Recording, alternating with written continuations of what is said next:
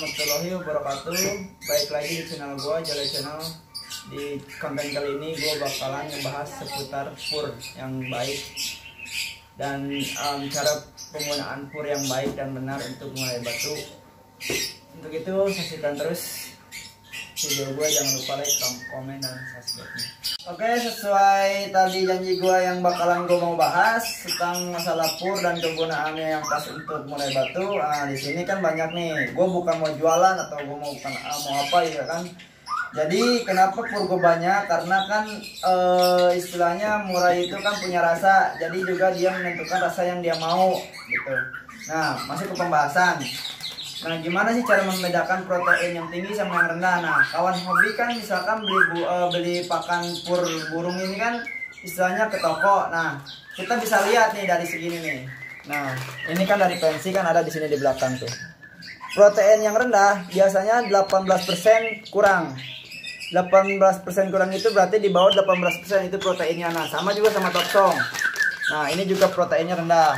Nah, kenapa bisa dikatakan proteinnya rendah? Karena di sini 18 ke bawah, bukannya 18 ke atas atau 50 ke atas gitu kan. Nah, untuk yang proteinnya tinggi nih, kita kan bisa lihat di sini. Ini pur yang proteinnya tinggi itu 50% ke atas. Nah, untuk pur ini biasanya kita digunakan biasanya dikurangi dalam jumlah ekstra puding kita gitu kan. Nanti gue bahas itu.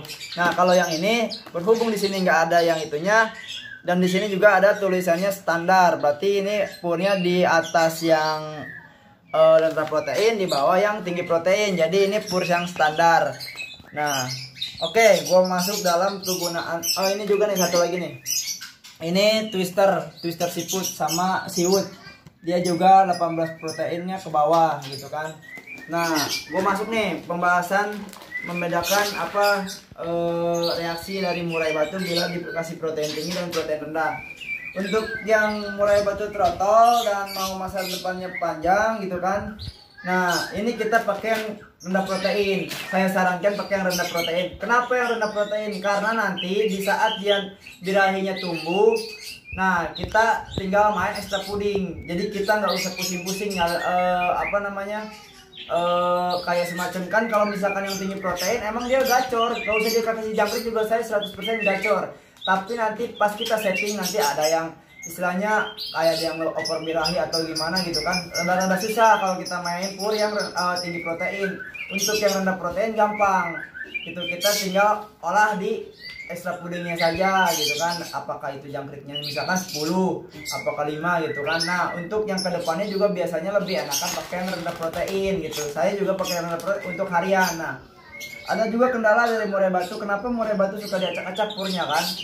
Nah, untuk yang diacak-acak ini saya juga kan di sini kenapa banyak gitu kan. Ini karena murai saya banyak dan dia juga nggak misalkan dia nggak suka toksong, dia sukanya pensi, makanya saya beli yang ini gitu kan, yang bermacam-macam merek karena dia beda merek beda rasa, biar itu mengantisipasi agar si burung itu nggak ngacak-ngacak pur. Nggak apa-apa, kita eksperimen dulu. Pas udah enak ini purnya dapat, pasti dia makannya lahap kok, nggak bakalan diacak-acak gitu.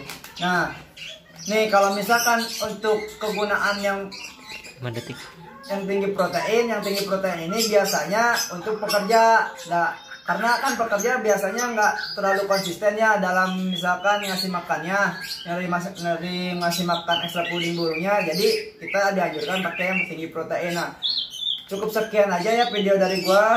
Nah, itu kan teman-teman udah bisa ngebedain mana yang tinggi protein dan rendah protein dan mana kegunaannya. Cukup sekian video dari saya. Jangan lupa like, komen, dan subscribe-nya. Untuk itu wassalamualaikum warahmatullahi wabarakatuh.